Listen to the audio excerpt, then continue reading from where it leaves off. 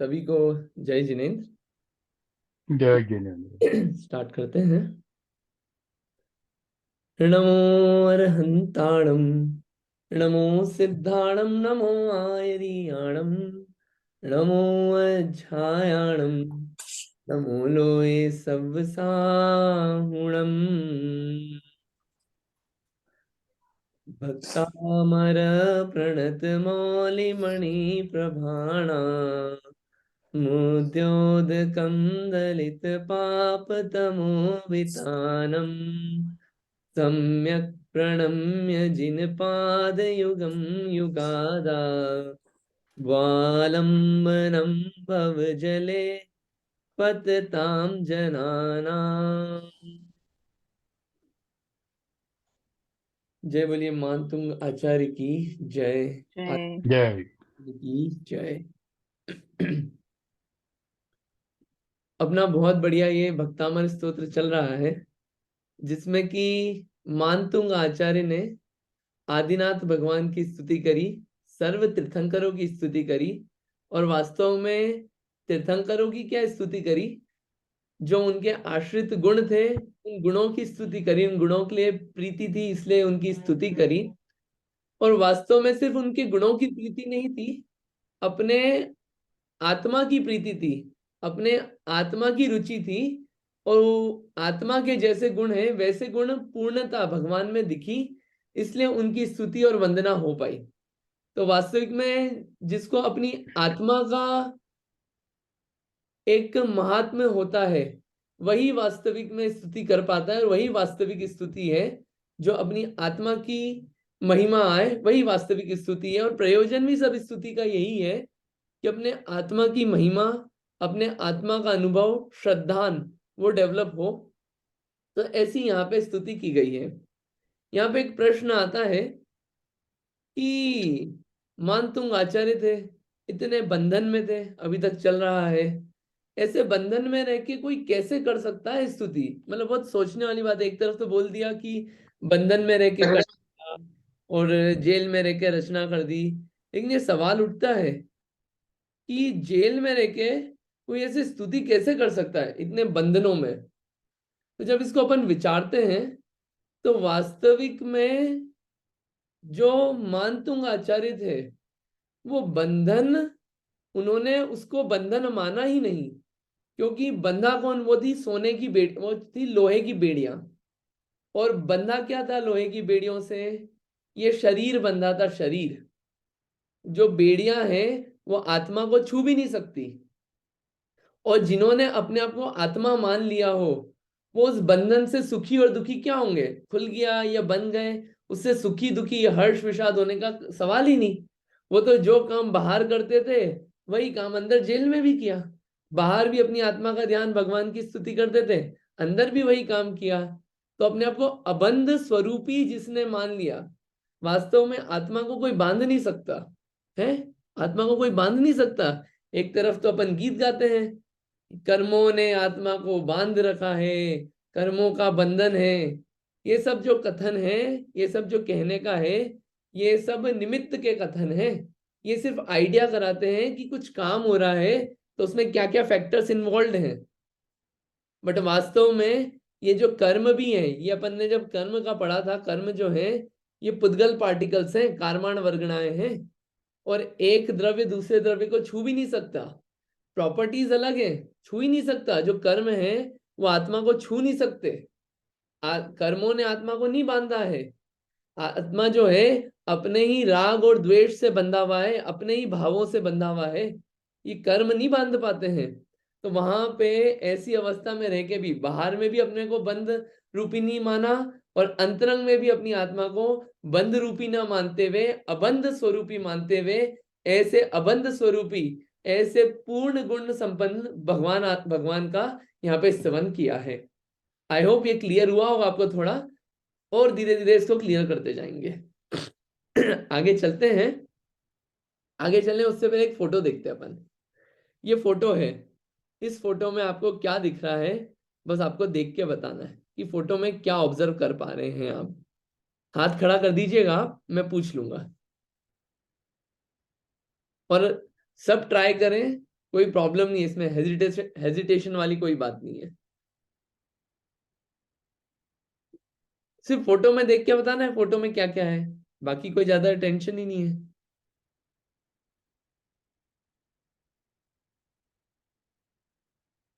Screen share हुई है ना? हाँ, ठीक है। हाँ जी नीलिमा जी बोलिए। जय जिनेन। आचार्य श्री मानतुंग जी भगवान की स्तुति कर रहे हैं, और ये मनुष्य गति के जीव और देव गति के जीव भी भगवान की आराधना कर रहे हैं। और पीछे सूर्य की तेज किरणें हैं, और ये पीछे काफी बड़े बड़े पहाड़ दिए गए हैं। ठीक है, बढ़िया, अच्छा ऑब्जर्वेशन है आपका। यहाँ पे ये पीछे जो है, आपने सूर्य बोला, ठीक है, ऐसा पिक्चर में ऐसा दिख रहा है, लेकिन ये मान लीजिए थोड़ा सा फीका पना है, वो येलो पना नहीं है, इसलिए अपन इसको चंद्रमा भी बोल सकते हैं। या मान लीजिए चंद्रमा, सूर्य चंद्रमा मान लेते हैं कॉन्टेक्स्ट में। उसकी देखिए ओके। जो किरणें हैं, किरणें उसके भरोसे, किरणें चंद्रमा में से निकलती है, और वो किरणें जो है आप देखिए बिल्कुल कोने तक निकल रही है, बिल्कुल इस पेज को भी क्रॉस कर रही है, बिल्कुल फैल रही है पूरी अच्छे से। और यहाँ पे इतने सारे पहाड़ हैं, पहाड़ भी उस किरणों को फैलने से रोक नहीं पा रहे हैं, जितनी भी चीजें हैं वो रोक नहीं पा रही है। और यहाँ पे ये क्या है, ये अलग अलग जाति के भक्त हैं। ये देवगति के ऊर्ध्वलोक के देव हैं, नीचे भवनवासी आदि देव हैं, मनुष्य गति के जीव हैं। ये सब क्या कर रहे हैं, भगवान के गुणों की स्तुति कर रहे हैं, और यहाँ पे मानतुंग आचार्य हैं, वो भगवान का स्तवन कर रहे हैं। ये अपने को ये सब चीजें ऑब्जर्व में आती है। ठीक है, अपन इस छंद को पढ़ते हैं। इस छंद को कोई पढ़िएगा आप में से? कल की आप पढ़ेंगे इस छंद को?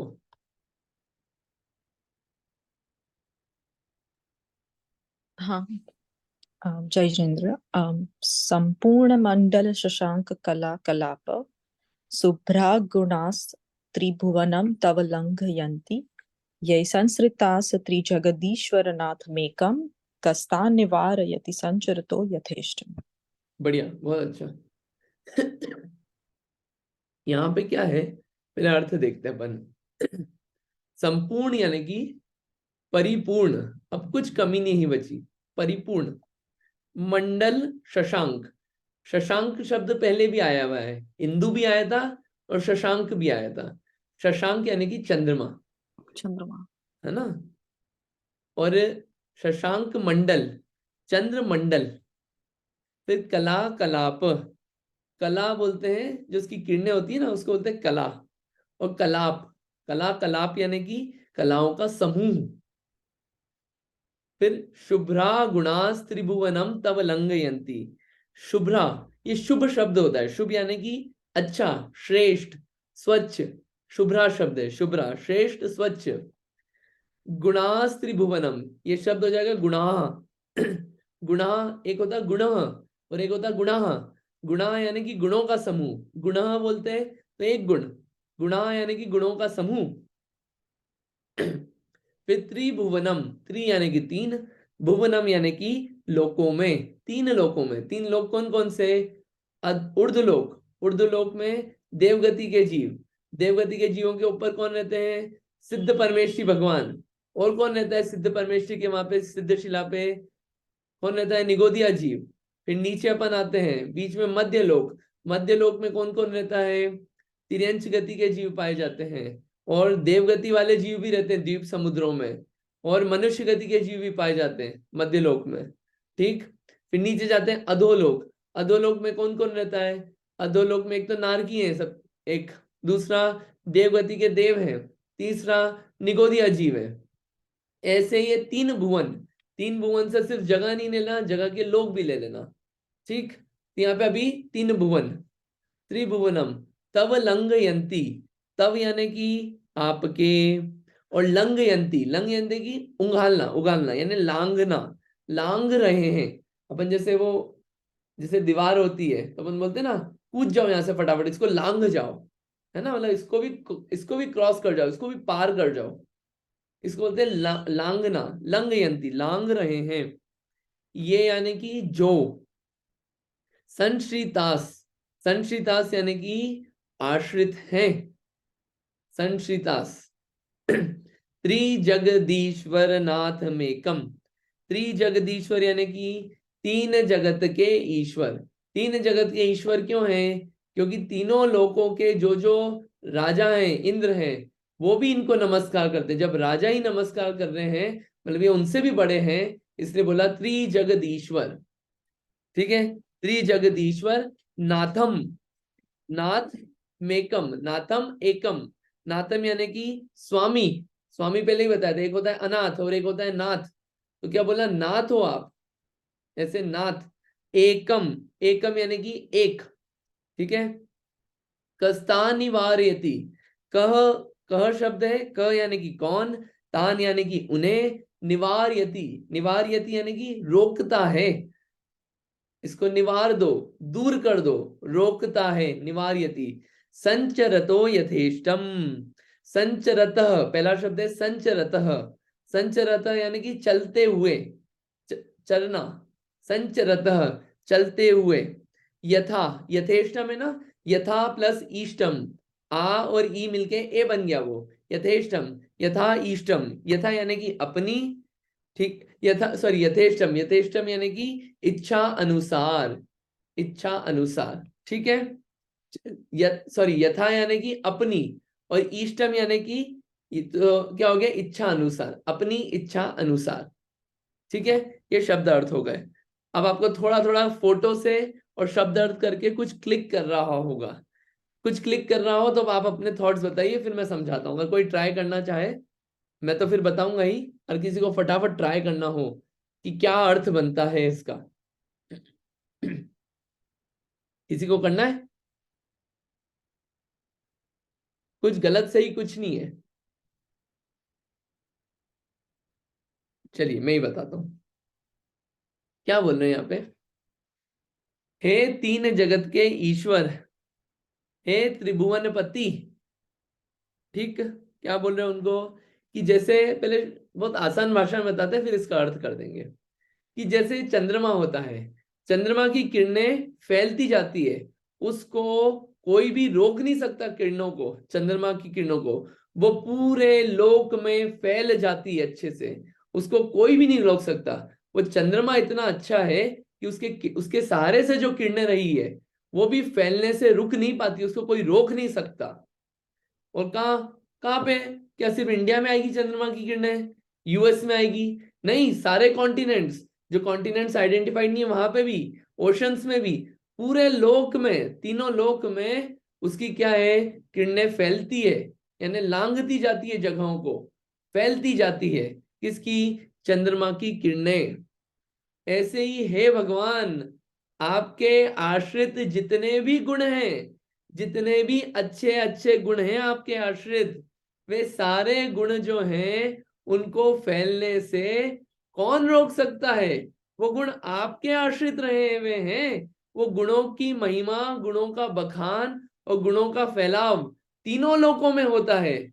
ऊपर वाला लोक हो, नीचे वाला लोक हो, मध्य लोक हो, सब जगह उन गुणों का विस्तार होता जाता है। उन गुणों की महिमा जो है, उसका बखान तीनों लोकों में होता है। ये तो सामान्य से अर्थ किया, इसको वापस इन शब्दों से जोड़ देते हैं। देखिए आया है, संपूर्ण मंडल शशांक कला कलाप शुभ्रा गुणा त्रिभुवनम तब लंघयंती।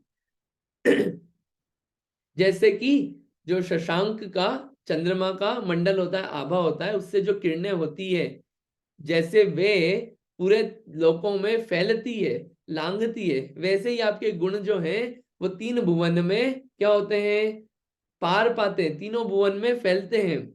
सच्ची बात है, जो आपके आश्रित रहा हुआ है, आप तीन जगत के ईश्वर हैं, आपके आश्रित जो चीज रही हुई है, क्या उसको फैलने से, उसको और उसका विस्तार होने में, क्या अपनी इच्छा अनुसार उसको फैलने में कोई रोक सकता है? उसका कोई निवारण कर सकता है? कोई नहीं कर सकता।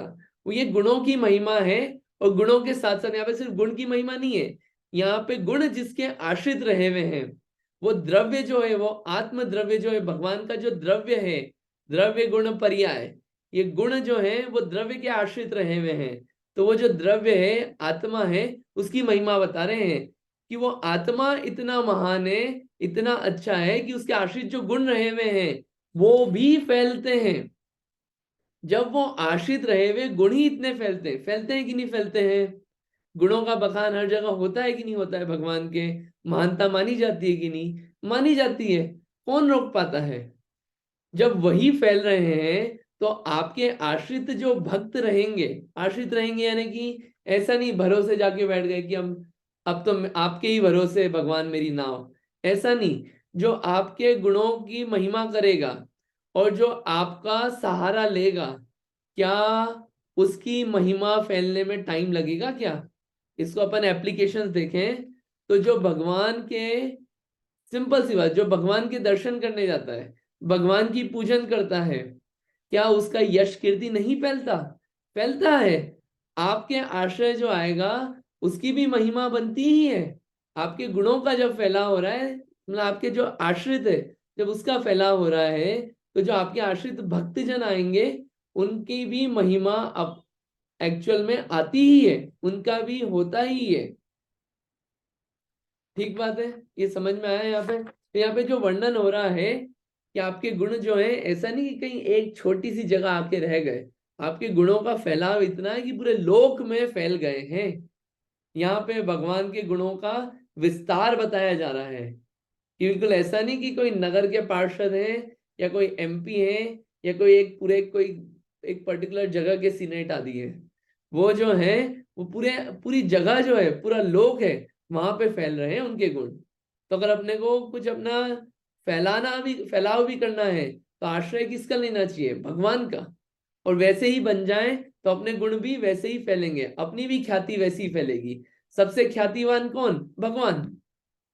ये यहाँ पे ये बताया है कि आपके गुण इतने श्रेष्ठ हैं कि उनको कोई रोक नहीं पाता फैलने से। कोई रोकना चाहे, बड़े बड़े पहाड़ भी आ जाए तो वो भी रोक नहीं सकते उनको प्रकाशित होने से। यहाँ पे ये बात आई है। यथेष्टम, यथेष्टम एक और इसका अर्थ है संचरतो यथेष्टम, ऐसे ही यथ इष्टम। यथ इष्टम किसको बोलते हैं? इष्ट बोलते हैं कि आकुलताओं से मुक्ति, उसे बोलते हैं इष्ट चीज, अच्छी चीज। ऐसे ही आकुलता से मुक्ति क्या है? मोक्ष। यानी कि जो आपके आश्रित रहेंगे, अगर वो मोक्ष सुख भी चाहें तो उन्हें क्यों नहीं मिलेगा? उन्हें कोई नहीं रोक सकता, ऐसा इसका अर्थ है। ठीक है, आई होप समझ में आया होगा आपको। यहाँ पे फोटो को एक बार और विजुलाइज कर लीजिए। संपूर्ण मंडल शशांक कला कलाप, शुभ्रा गुणा त्रिभुवनम तव लंघयन्ति, ये संश्रिता श्री जगदीश्वर नाथ मेकम, कस्तानि वारयति संचरतो यथेष्टम। बराबर समझ में आ गया? डाउट हो तो आप पूछ लेना। एक नेक्स्ट फोटो देख लेते हैं, अब आगे बढ़ रहे हैं। ये फोटो बहुत अच्छा है, इसमें बहुत सारी चीजें दिखेगी। आप बताइए इस फोटो में क्या दिख रहा है आपको?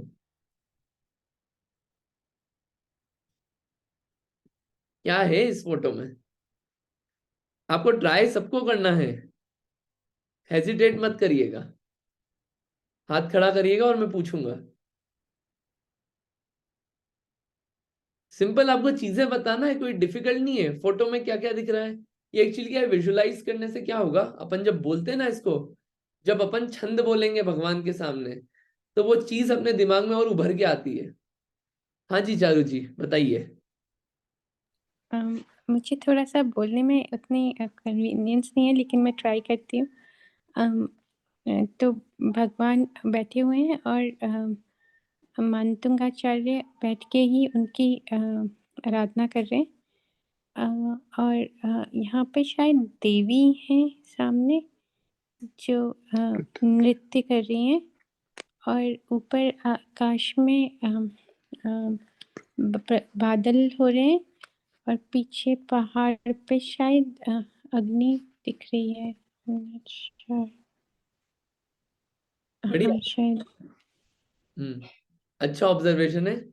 ये जो अपना ये अपन ये क्लास भी लेते हैं ना, आप इसको ऐसे मत समझना कि ये वन वे अपन रखना चाहते हैं।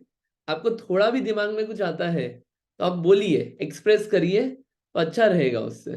तो जैसे भी बोले सब अच्छा है, उसमें कोई प्रॉब्लम नहीं है। अच्छा अटेम्प्ट है आपका, बढ़िया था। हाँ नीलिमा जी, आप भी कुछ बोलना चाहते हैं, बताइए। मानतुंग आचार्य जी तीन लोग के नाथ की आराधना कर रहे हैं और ऊपर घने बादल दिख रहे हैं मुझे। हम्म और तेज हवा भी चल रही है हम्म और नीचे देवियां हैं जो कि देवियां ढोल बजा रही हैं, नृत्य कर रही हैं। हम्म बस बढ़िया, इतना ही। ठीक है, अच्छा ऑब्जर्वेशन है, बढ़िया है। ठीक है, और किसी ने तो नहीं हाथ खड़ा करा है। अच्छा विदुषी दी है, आप भी बोलिए, बताइए। आई थिंक बाकी सब तो बता ही दिया है, बस उसकी वजह से पेड़, हाँ, तेज हवा की वजह से पेड़ भी गिर रहे हैं, मतलब टूटे हुए पेड़ भी दिख रहे हैं। टूटे हुए पेड़ भी दिख रहे हैं, अच्छा है, बढ़िया है। अच्छा है, ऐसे ऑब्जर्व करते ना तो अपने को दिमाग में चीज जमती है कि ये स्तोत्र में बात क्या चल रही है, छंद में। देखिए, आपने सबने बोला, उसको मैं कवर अप करता हूँ वापस। यहाँ पे पीछे ऊपर बादल देखिए, ऐसे बिल्कुल खतरनाक वाले लग रहे हैं, जैसे कोई बिल्कुल प्रलय काल आ गया है, मतलब सब कुछ खत्म होने वाला है, ऐसा समय आ गया है। बादल गरज रहे हैं और ऊपर से ऐसा लग रहा है आग बरसा रहे हैं, बिल्कुल प्रलय काल का समय है। और ये पेड़ गिर रहे हैं, आंधी तूफान आ रहे हैं, पेड़ वेड़ सब गिर गए, ये छोटी मोटी चीजें गिर गई। लेकिन और भवंडर भी आ रहा है पीछे से, देखिए ऑब्जर्व करिए, गोल गोल गोल ऐसा बना है, भवंडर भी आ रहा है। अपन इनकी स्पीड देखे भवंडर वगैरह की, इतनी ज्यादा होती है कि खड़े भी नहीं रह सकते। जो छत की छत होती है वो भी ऐसे उड़ के चले जाती है। और इनफैक्ट ये होता है कि बड़ी बड़ी बिल्डिंग्स होती है वो भी एकदम ऐसे बिल्कुल उड़ जाती है, उड़ा के ले जाती है, तो कुछ भी नहीं टिक पाता है। ऐसे में यहाँ पे दिख रहा है कि ऐसे बवंडर में ये जो पहाड़ है, ये मेरू पर्वत समझ लीजिए, कोई बड़ा पर्वत, बिल्कुल स्ट्रांग, मतलब बिल्कुल अपने आप में पक्का है। ऐसा पर्वत जो है वो इन सब चीजों से भी हिल नहीं पा रहा है, वैसा का वैसा टिका हुआ है पर्वत। देखिए पर्वत में कोई भी आंच नहीं आई है, बिल्कुल भी चोट नहीं आई है पर्वत में।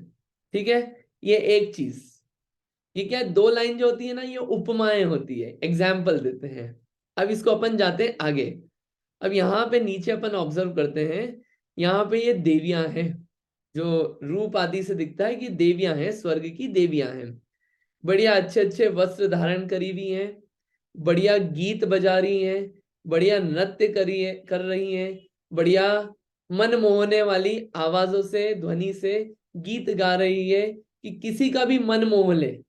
ऐसा बढ़िया नृत्य, गीत, वस्त्र, ये सब ऐसा उनका पूरा यहाँ पे दिखाया गया है।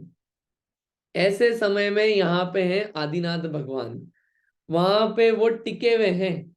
वहां पे ऐसा नहीं हुआ कि मैं नृत्य देख लूं या ऐसे भाव, ऐसा कुछ नहीं दिखे। वो अपने में ही, अपनी आत्मा में ही मग्न है, वो बिल्कुल भी नहीं डिगे, वो वैसे के वैसे ही टिके हुए हैं। और ऐसे तीर्थंकर की, ऐसे भगवान की मानतुंग आचार्य स्तुति कर रहे हैं। ये तो फोटो से बताया कि फोटो में क्या क्या है, सारा रिलेट नहीं किया, अब रिलेट अपन करेंगे इस छंद में।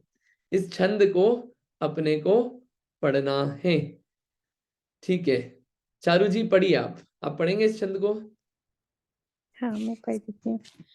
चित्रं किमत्र यदि तीर्थशाङ्गनाभिर्नीतं मनागपि मनो न विकारमार्गम् कल्पान्तकालमरुता चलिताचलेन किं मन्दराद्रिशिखरं चलितं कदाचित्। बढ़िया। पहले वाले में बताया, इसके पहले वाले छंद में, कि आपके आश्रित जो गुण हैं वो भी फैलते हैं, वो भी अपनी इच्छा अनुसार फैलते हैं तीनों लोक में, उनको कोई रोक नहीं सकता। वैसे ही जो आपका आश्रय करते हैं वो भी अपनी इच्छा अनुसार सुख को, आकुलता रहित स्थान को प्राप्त कर सकते हैं।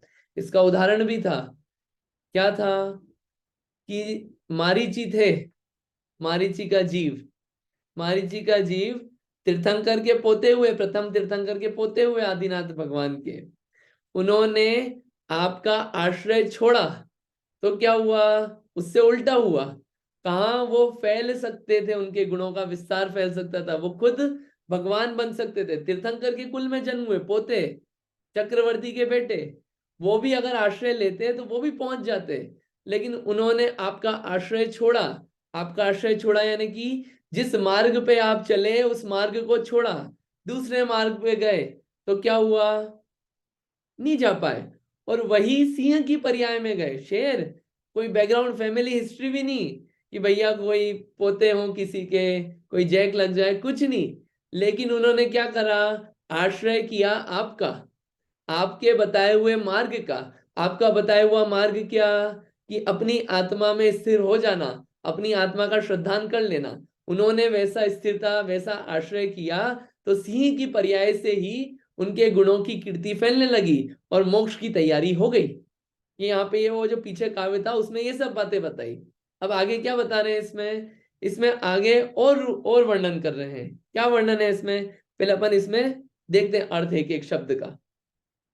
चित्रम, चित्रम यानी कि अपन बोलते हैं ना विचित्र, विचित्र यानी कि गजब है ये, आश्चर्य। चित्रम यानी कि आश्चर्य। किमत्र, किम प्लस अत्र, किमत्र यानी कि इसमें क्या, किम यानी कि क्या, इसमें क्या।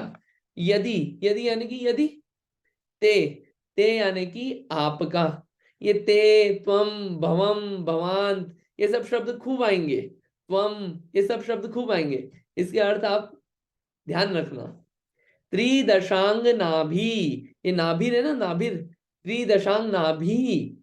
त्रिदशांग नाभि क्या होता है, त्रिदश बोलते हैं देव को, त्रिदश जो शब्द है उसको बोलते हैं देव को। और अंग नाभि, अंग नाभि बोलते हैं वधु को, यानी देव की वधु, देव की वधु यानी कि देवांगना। त्रिदशांग नाभि, ठीक। नीतम, नीतम क्या होता है, प्राप्त। नीतम यानी कि प्राप्त, मिलना, प्राप्त करना। मनागपि, मनागपि ये शब्द जो है, मनाक प्लस अपि। मनाक क्या होता है, थोड़ा, थोड़ा, और अपि यानी कि भी। मनो न विकार मार्गम, मनो, मनो शब्द यहाँ पे अपन जब तोड़ेंगे ये, तो मना शब्द ले लें अपन, मना, मना यानी कि मन, मन जिससे अपन विचार करते हैं। मन सबके पास नहीं होता, मन सिर्फ संगी जीवों के पास होता है। 1 से 4 इंद्री वाले जीवों के पास तो मन होता ही नहीं है। 5 इंद्री में भी संगी जो होते हैं, असंगी के पास नहीं होता है, सिर्फ संगी के पास होता है। तो अपन मन वाले बने हैं, जिससे सोचने विचारने की शक्ति मिली है। अब उससे सोचते विचारते क्या है, वो अपने पे डिपेंड है कि अपन क्या सोच रहे हैं। एक ऑप्शन है कि दुनिया की सारी जो टेंशन वाली चीज है उसको सोच लें, एक ये है कि बीमारी के बारे में सोच लें, एक ये है कि भगवान के बारे में सोच लें, एक ये है कि अपनी आत्मा के बारे में सोच लें। ऑप्शन है अपने पास, क्योंकि मन है अपना, तो अपन सोच सकते हैं अपने को क्या करना है। नीतम मनागपि मन, मन यानी कि मन, न, न यानी कि नहीं। विकार मार्गम, विकार मार्ग, ठीक है। कल्पांत काल, कल्पांत पहले भी आया था, कल्पांत काल आगे भी आया था छंदों में। कल्पांत यानी क्या होता है, कल्प बताया था, एक समय होता है कल्प। कितने 6 कल्प काल होते हैं ना, पहला, दूसरा, तीसरा, चौथा, पांचवा, छठा। ये क्या हुआ, ये समय का जब अंत आता है, यानी कि बहुत प्रलय काल आ रहा है, कल्पांत काल, प्रलय काल। प्रलय काल में क्या होता है, खूब आग बरसती है, खूब पानी बरसता है, खूब पत्थर बरसते हैं, खूब ओले बरसते हैं, कहीं भी नहीं टिक पाएंगे। अच्छी अच्छी चीजें जो होती है उड़ के ध्वस्त हो जाती है, खत्म हो जाती है। ऐसा होता है प्रलय काल, ठीक है। प्रलय काल। मरुता, मरुता यानी कि आंधी, जो हवा होती है, हवा का भयानक रूप जिसे बोलते हैं आंधी, मरुता। चलिता चलेन, चलिता अचलेन, ये शब्द तोड़ेंगे ना, अचलेन यानी कि अचल को भी चलाने वाली, जो एकदम स्थिर हो चीज उसको भी चलाने वाली हो, मतलब जिसको कोई नहीं हिला सकता, ऐसी चीज को भी हिलाने वाली। अचल जो शब्द है वो पर्वत का भी पर्यायवाची होता है, पहाड़ का अचल बोलते हैं। यहाँ पे अचल पर्वतों को भी चलित करने वाली, हिलाने वाली, डिगाने वाली। किम, किम यानी कि क्या। मंदराद्रि शिखरम, मंदराद्रि यानी कि सुमेरु पर्वत, और शिखरम यहाँ पे ये जो शिखरम है, मंदराद्रि यानी कि मेरु पर्वत, और शिखरम यानी कि शिखर पर्वत। चलितम कदाचित, चलितम यानी कि चलायमान, उसको हिलाना डिगाना, और कदाचित कभी। ठीक, ये तो शब्द अर्थ हो गए। यहाँ पे शब्द अर्थ बता दिए, फोटो बता दिया। अब आपको यहाँ पे रिलेट करके इसका अर्थ बताना है। आपको ट्राई करना है, ट्राई करना हो तो कर सकते हैं आप, नहीं तो मैं तो बताऊंगा ही। फिर करना है किसी को ट्राई? मैं ट्राई करूं? हाँ बिल्कुल करिए प्लीज। तो बेसिकली जो भगवान का जो एटीट्यूड है उसको मेरू पर्वत से कंपेयर किया है। तो भगवान के सामने देवांगनाएं भी हैं और ऐसे नाना प्रकार के डिस्ट्रैक्ट करने वाली चीजें हो रही हैं, लेकिन वो मेरू पर्वत के समान अचल है। जैसे कि प्रलय काल जैसी पवन चल रही है, प्रलय काल की पवन उड़ाकर झकोर देती सब। और हिंदी का जो भक्तांबर है ना उसमें आता है ये। तो उस मतलब लेकिन जो मेरू पर्वत है वो तो डिस्टर्ब नहीं होता ना। तो मेरू पर्वत का जो शिखर है वो कुछ भी डिस्टर्ब नहीं होता मेरू पर्वत का। ऐसे भगवान आप हैं, आपको भी कोई अपने ध्यान से मतलब आकर्षित नहीं कर सकता। आप अपने में मग्न हैं, जैसे कि मेरू पर्वत को कोई भी डिस्टरबेंस हिला नहीं सकता है। बहुत बढ़िया, बहुत अच्छे से आपने एक्सप्लेन किया है। अच्छा है, अच्छा, बहुत बढ़िया, शानदार। देखिए क्या है इसमें, इसमें जैसा कि शिखा दीदी ने बताया, इसमें भगवान की स्तुति चल रही है। अब स्तुति किस चीज से करी? मुख से कर ली, मुख के बाद उनके गुणों से कर ली, गुणों के बाद उनका जो स्तवन है पाप का क्षय करने वाला है, ऐसे अनेक अनेक तरह से स्तुति कर ली। अब जो उनके वास्तविक मतलब वास्तविक गुणों की चल रही है, स्थिरता, भगवान की स्थिरता कितनी गजब है। ऐसी स्थिरता कहीं और नहीं पाई जाती। ऐसी आत्म स्थिरता है कि बिल्कुल अपनी आत्मा की स्थिरता से, अपने आत्मा के ध्यान से डिगते नहीं है। जरा सी चींटी काट जाए उसमें हिल जाता है व्यक्ति, और बड़ी बड़ी अलग अलग चीजों से हिल जाता है। यहाँ पे बता रहे स्थिरता कितनी गजब की है। कैसी गजब की स्थिरता है बता रहे हैं यहाँ पे। पहले कंपेयर किया कि बहुत आंधी तूफान आ जाए जिसमें शहर के शहर बिल्कुल उड़ जाए, एकदम गाड़ी की गाड़ी बिल्कुल एकदम ऐसे बिल्कुल खटाखट बिल्कुल पार हो जाए, प्लेन के प्लेन बिल्कुल खत्म हो जाए, एयरपोर्ट के एयरपोर्ट उड़ जाए, बड़ी बड़ी बिल्डिंग्स जो हैं वो उड़ जाए, लोग के लोग उड़ जाए, सब खत्म हो जाए। ऐसी बिल्कुल खतरनाक प्रलय काल है जिसमें खूब आग बरस रही है, खूब बिल्कुल एसिड रेन हो रही है, खूब पत्थर बरस रहे हैं, खूब ओले, कोई शेड नहीं है कि जिसके नीचे जाके टिक जाए। ऐसी हालत हो रही है। और ऐसी स्थिति में जब सब कुछ खत्म हो गया, उस समय पे, उस समय पे भी क्या मेरू पर्वत, जो पर्वत है, क्या वो बिल्कुल भी हिल पाता है? मेरू पर्वत, मेरू पर्वत को ऐसा प्रलय काल जो है, ऐसे आंधी तूफान जो है, ये भी चलित नहीं कर सकती। क्या चलित कर सकती है? किम लिखा है, किम, क्या चलित कर सकती है मेरू पर्वत को ऐसे आंधी तूफान प्रलय काल की? नहीं चलित कर सकती। ऐसे ही हे भगवान, ऐसे देवांगनाएं हो, अच्छी अच्छी सुंदर देवांगनाएं हो। यहाँ पे एक शब्द, जब उत्तम ब्रह्मचर्य 10 लक्षण पर्व चल रहे हैं अभी, और बस 14 को आखिरी दिन ही है, तो उसमें उत्तम ब्रह्मचर्य में आता है, सहे बान वर्षा बहु सूरे, टिके न नैन बान लखी कूरे। क्या अर्थ है इसका? अपने 10 लक्षण के एक एक छंद का अर्थ पहले समझा हुआ है। सहे बान वर्षा बहु सूरे, जो बाण होते हैं ना, बहुत सारे बाण एक साथ ले आओ आप, और कोई शूरवीर हो, कोई योद्धा हो, उस पर चला दो आप, उसको तो सहन कर लेगा वो, उसको तो पार कर जाएगा, उससे लड़ लेगा। सहे बान वर्षा बहुसूरे, टिके न नैन बान लकी कूरे। लेकिन धराशाही हो जाता है किस चीज के आगे? टिके न नैन बान लकी कूरे। जो नयन रूपी बाण होते हैं, जो हाव भाव होते हैं, यहाँ पे जो स्त्रियों के हाव भाव होते हैं, स्त्रियों के हाव भाव से अपन ये समझे, बाहर में स्त्रियों के हाव भाव, और अंतरंग में जो उस हाव भाव के प्रति राग भाव जो जनरेट होता है, वो भाव, उसके आगे अच्छे अच्छे तपस्वी भी जो हैं वो ऐसे डगमगा जाते हैं, बड़ी बड़ी तपस्या कर लेते हैं, भूखे रह जाएंगे, प्यासे रह जाएंगे, सब काम कर लेंगे, लेकिन एक ये चीज जो है, जो ब्रह्म अब्रह्म होता है, उसके आगे क्या है, टिक नहीं पाते हैं, अब्रह्म का सेवन कर लेते हैं और डिग जाते हैं अपनी तपस्या से। तो यहाँ पे वही कहा है, त्रिदशांग नाभिर नीतम मनागपि मनोन विकार मार्गम, कि ऐसे है तो जैसे जो ये क्या होता है, मेरू पर्वत होता है, वो डिगता नहीं है बिल्कुल भी, प्रलय काल में जो इतनी बारिश वगैरह होती है, इतना आंधी तूफान आते हैं, उससे डिगता नहीं है। क्या डिग पाता है? नहीं डिग पाता है।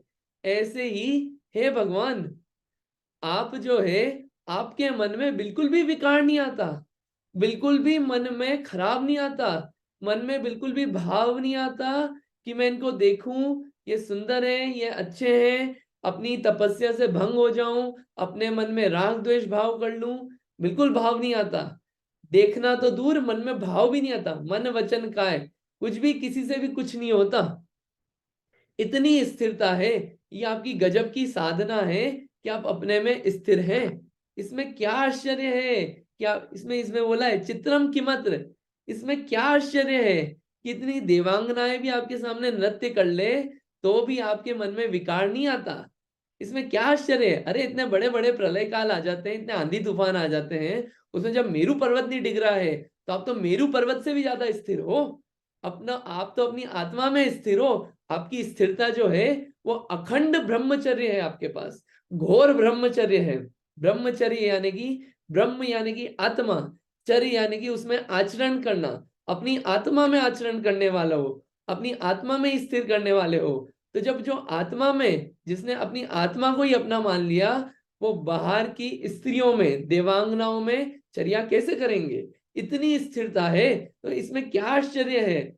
जब वो मेरू पर्वत नहीं डिग रहे हैं तो आप तो मेरू पर्वत से भी ज्यादा स्थिर हो, तो आपके मन में विकार कैसे आएगा? इतनी गजब की स्थिरता, इतने गजब का व्यक्तित्व है आपका। ऐसी स्थिरता हमको संसार में और कहीं नहीं देखी जाती। लोग तो जरा जरा से में बिल्कुल अपना मन जो है, एकदम बिल्कुल मन जो है दौड़ने लगता है। कुछ यहाँ पे क्या, यहाँ पे त्रिदशांग नाभिर, देवांगनाएं कही, लेकिन यहाँ पे जो ब्रह्मचर्य है सिर्फ ये नहीं है कि स्त्रियों के संसर्ग से दूर, पांचों इंद्री के जो विषय होते हैं, स्पर्शन, रसना, घ्राण, चक्षु, कर्ण, ऐसा नहीं कि कान के विषयों में डूबे हुए हैं, ऐसा नहीं कि स्पर्श के विषयों में डूबे हुए हैं, अच्छा अच्छा सोने को चाहिए, रसना कि बढ़िया बढ़िया खाने की जो है लालसा है, रसना के विषयों में डूबे हुए हैं। पांचों इंद्रियों के जो विषय हैं उनसे दूर को ब्रह्मचर्य कहा गया है, वही मुख्य स्थिरता का कारण है।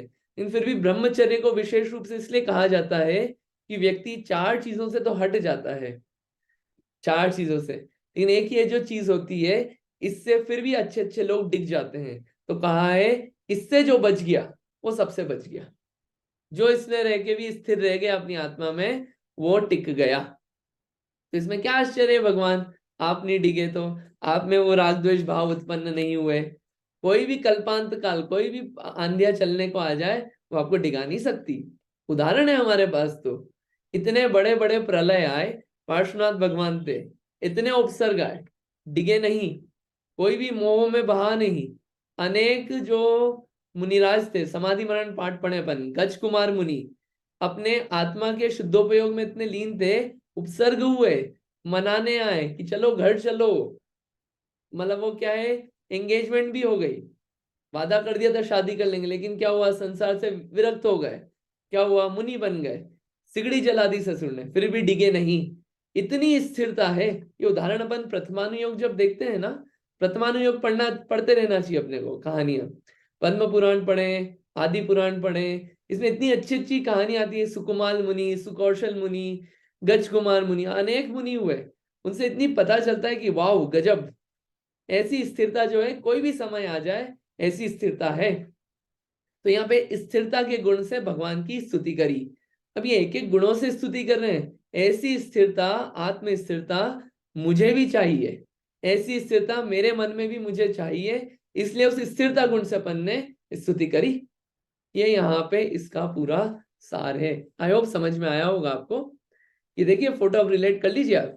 देवांग ने नृत्य कर रही हो तो करे, कैसे भी आभूषण पहन के आए तो आए, कैसे भी वस्त्र, कैसे भी ढोल बजाए, कैसे भी वीणा बजाए, कितना ही गाना गाए, कैसे ही हाव भाव बनाए, कितने ही हाथ फैलाए, कैसे ही कितनी सुंदर दिखती हो, लेकिन भैया हम तो अपनी साधना से आत्मा से नहीं टिकेंगे, नहीं टिकते हैं। ये मेरू पर्वत ही नहीं टिकता है, तो अब तो मेरू पर्वत से भी ज्यादा स्थिर है।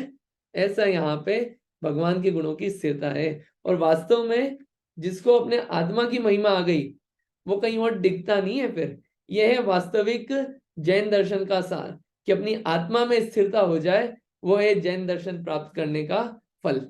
ये यहाँ पे ऐसी मुख्य बात कही है। एक क्वेश्चन है इसमें मेरा, आई होप समझ में आया होगा। क्वेश्चन ये है कि इतने सारे गुणों की वर्णन करे जा रहे हैं, गुणों की महिमा करे जा रहे हैं, एक बार बोल देते भगवान आप महान है, और इतने सारे गुण अलग अलग बोले, एक ही छंद में बोल देते, 48 याद भी नहीं करने पड़ते हैं, छंद जो भगवान की स्तुति भी करते एक काव्य में खत्म हो जाती, झंझट ही नहीं, फ्री। मतलब 48 काव्य बोलो, टाइम लगता है, टाइम बचाने के लिए क्या करना पड़ता है, फटाफट बोलना पड़ता है, कि क्या है, पड़ोसी को भी नहीं सुनाई दे और खुद को भी नहीं सुनाई दे कि अपन क्या बोल गए, टाइम बचाना पड़ता है।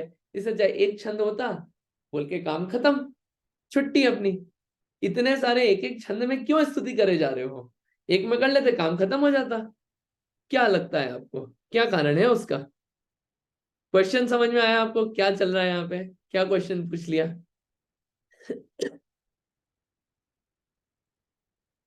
हम्म, हाँ, क्वेश्चन समझ में आया अंकित। अच्छा ठीक है, बढ़िया। पूछते हैं अभी, एक मिनट। हाँ बोलिए विदुषी दी, क्या लगता है? नहीं, एक्चुअली पहले का ही रह गया था। हाथ पहले का ही है, अच्छा ठीक है। शिखा दीदी आप बताएंगे।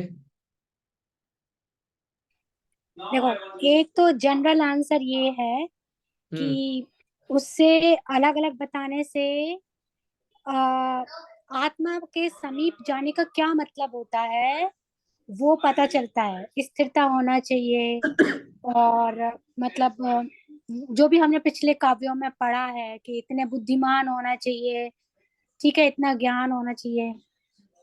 उसके अलावा एक आंसर जो मुझे अभी just cherry picking from somewhere मेरे को आया कि ऐसे आत्मा में 47 शक्तियां होती हैं, राइट? तो 47 वो, 47 वो, प्लस फर्स्ट वाला जो नमस्कार का मंत्र है, जिसमें उन्होंने भगवान को नमन किया है, तो 47 प्लस 1 48 ऐसे काव्य हो गए। ऐसा मैंने सोचा। बढ़िया, आई कुड अच्छा नॉट है। बी द राइट नहीं नहीं, आंसर। अच्छा है, अपन तो व्यू पॉइंट जानना चाह रहे हैं, अलग अलग सोच हो सकती है, बहुत सारे पॉइंट निकल सकते हैं, ये भी ठीक है आपका सोचना, अच्छा है। हाँ, और भी कोई बोल रहे थे?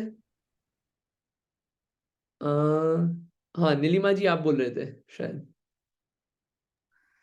हाँ, तो जैसे कि हर एक अलग अलग काव्य में अलग अलग एग्जाम्पल्स दिए गए हैं जो कि बहुत डीप है। मतलब सुनने के बाद यही लगता है, बार बार वही आता है, वाओ ये कैसे हो सकता है। तो सिंपल सी बात है, तीन लोग के नाथ हैं, वो हैं इतने इतने शक्तिशाली। तो अब उनकी शक्तियों का वर्णन कैसे किया जाए, उनके गुणों का वर्णन कैसे किया जाए? तो उसे हम जैसे लोगों को समझाने के लिए उनके गुणों को जैसे पर्वत से कोरिलेट कर दिया, उन ब्रह्मचर्य से कोरिलेट कर दिया, चंद्रमा की आभा, सूरज की आभा। तो अब उनके जो इतने मतलब इतने क्या कह लो, मतलब इतने जो इम्पोर्टेंट जो गुण है हम डायरेक्ट नहीं समझ सकते, तो हम ये जो पर्वत, ब्रह्मचर्य, चंद्रमा, सूरज की आभा और जितने भी पहले एग्जाम्पल्स दिए गए, तो उनके थ्रू हम जल्दी समझ पाएंगे। जैसे मोती आया था लास्ट टाइम, विशाल नदी, ओशियन, ये जो भी सब आया था, तो इनसे हम जल्दी समझ जाते हैं उनके गुणों को। बढ़िया, अच्छा है, ये भी अच्छा है कि जल्दी समझ जाते हैं गुणों को, ऐसे उदाहरण आते हैं तो ठीक है, अच्छा अटेम्प्ट है, बढ़िया है। देखिए क्या है यहाँ पे, ये अब 48 काव्य चल रहे हैं, एक एक में भगवान के गुणों का वर्णन कर रहे हैं। ये 48 बोल दिए, आप कहीं और देखेंगे तो और ज्यादा मिलेंगे आपको। कल्याण मंदिर स्तोत्र है, वहां पे भी भगवान की स्तुति है। फिर अपन स्वयंभू स्त्रोत देखे, वहां भी इतने सारे, एक ही में कर देते, इतना लिखना भी नहीं पड़ता, आसान होता, ये भी हो सकता था ना। लेकिन क्या है, एक उदाहरण देते हैं। ये लास्ट उदाहरण, फिर कंप्लीट करेंगे बात। उदाहरण अच्छा है। क्या हुआ, एक बार हमारे रिश्तेदार थे, उन्होंने अपनी बेटी की शादी फिक्स करी। फिर ऐसे ही फोन पे बात कर रहे थे हमसे, तो बोलते हैं कि अरे क्या लड़का है, क्या कमाता है यार, इतना पैकेज देख रहा है, गजब है। हाँ गजब है। फिर बोलते हैं कि इतना कमाता है, उसके अलावा जो फेस है, फेस देख, फेस कट कितना अच्छा है, कितने सुंदर दिखते हैं। और फिर बोलते हैं कितने गजब है। और फिर बोलते हैं कि उसके बाद जो फैमिली बैकग्राउंड है, अरे वो तो और गजब है, और जॉब भी करते हैं बहुत अच्छी जगह पे, मतलब मल्टीनेशनल कंपनी में, और बड़ी बड़ी कंपनी, और बहुत सारे लोग उनके अंडर में है कि नहीं, कितनी गजब चीज मिली है अपने को, वाह। और फिर उसके बाद बोलते हैं कि और कोई प्रॉब्लम भी नहीं है, सब अच्छा है, फैमिली भी अच्छी है, सब अच्छा है, और जैसा चाहिए अपने को सब चीज में, सामाजिक हर सोशल उसमें सब में आगे हैं, बढ़िया, प्रॉपर्टी भी खूब है, घर नौकर चाकर सब है। वाह यार, इतनी सारी होता है। बोले, फिर बोलते हैं आखिरी में, है ना गजब, मानता है ना तू, बढ़िया है ना, कोई प्रॉब्लम तो नहीं है इनमें। अब इतनी सब बातें सुनी जब, हाँ यार सब अच्छा है यार, ये तो कोई कमी नहीं दिख रही है। अब मन में क्या, एक विश्वास हो गया, डेवलप हो गया। वो जो विश्वास डेवलप है ना, वो होना किसी में बड़ी चीज है। और विश्वास डेवलप करने के लिए अपन एक एक छंद में, ये अपन भगवान को नहीं सुना रहे, खुद को सुना रहे हैं कि जिनकी हम स्तुति कर रहे हैं वो बहुत अद्भुत चीज है। ये एक जो श्रद्धान है कि भगवान ही श्रेष्ठ हैं, ये भगवान ही महान है, इनसे अच्छा कोई नहीं है, इन जैसा बनना ही श्रेष्ठ है। ये जो फीलिंग है, ये फीलिंग डेवलपमेंट जो है, और एक छंद में बोल देते हैं तो वो क्या एक बार में दिमाग में बैठती नहीं है, कि इतनी सारी चीजें दिमाग में रहती है। इसलिए अपन अलग अलग छंद से अपन भगवान की स्तुति तो कर ही रहे हैं, लेकिन अपने आप को भी समझा रहे हैं कि हाँ यही श्रेष्ठ है, यही महान है। किसी भी एंगल से अपन देख लो, मुख से देखें, आत्मस्थिरता से देखें, इनके पाप क्षय होते हैं इनके कारण, किसी भी चीज से देख लो, 3 लोग के जीव नमस्कार करते हैं, किसी भी चीज से देख लें, श्रेष्ठ तो यही है। ये जो फीलिंग है, ये फीलिंग डेवलप करने के लिए इतने सारे छंद लिखे गए हैं, इतने सारे छंदों से स्तुति करी है। वो फीलिंग डेवलप होने में क्या है, टाइम लगता है, जो उस टेम्पो में आने में टाइम लगता है। तो ये इसका सार यही है, स्तुति करने का भी सार यही है कि फीलिंग डेवलप हो जाए। फीलिंग लाइफ पूरी निकल जाती है, लेकिन ये फीलिंग डेवलप नहीं हो पाती कि यही श्रेष्ठ है। अभी भी श्रेष्ठ क्या लगता है, श्रेष्ठ लगती दूसरी दुनिया की चीज है, वही मुख्य और इंपॉर्टेंट लगती है, इंपॉर्टेंट ये नहीं लगती। तो वो इंपॉर्टेंस जो है यही लगने लगे, इसलिए ये स्तुति और स्तोत्र बोले जाते हैं, जिससे इनकी महिमा अपने मन में, हृदय में आए, और अपन भी इसी मार्ग पे आगे बढ़े। इसलिए ये अलग अलग रूप से सेम चीज को समझाया जाता है, दिमाग में फिट करा जाता है। और अपन बोलते वक्त जब अर्थ ध्यान रहेगा तो अपने दिमाग में यही बात फिट होती जाती है। हर समय की पर्याय जो है अपन गूंथ रहे हैं, किससे, इन अच्छे भावों से, भगवान के गुणों से, और अपनी आत्मा को स्थिर कर रहे हैं इन गुणों के द्वारा, ऐसी श्रद्धान द्वारा। ये इसका पूरा प्रयोजन है। आई होप ये क्लियर हुआ होगा, आपको क्लैरिटी बड़ी होगी। इसको आप रिवाइज करना। इसके साथ साथ 2 चीज और बतानी थी। साथ के साथ क्या है, हिंदी के इसके जो बहुत सारे हुए हैं पद्यानुवाद, भाषा, भक्तामर भाषा, बहुत सारे, जिन भारती में भी मिलेगा, यहाँ पे पूर्णमती माता जी ने भी यहाँ पे बढ़िया किया हुआ है। सारे अलग अलग लोगों के, जो आपको पसंद आए। हिंदी के भी आप साथ के साथ खुद से पढ़ेंगे तो आपको जो मीनिंग है उसकी क्लैरिटी बढ़ेगी। एक बार दिमाग में फिट हो गया, फिर संस्कृत का ही बोलते जाएंगे, अपने आप में और भाव जो है वो गजब के लगते जाएंगे। तो इसको करते जाइएगा आप, और होमवर्क भी जो दूं वो भी आप करते रहना। ठीक है, आज इतना ही रखते हैं, फिर नेक्स्ट टाइम अपन आगे चलेंगे। कोई क्वेश्चन अभी तक इसमें? क्लियर है सब? ठीक है, इतना ही रखते हैं, जिनवाणी स्तुति अपन कर लेते हैं।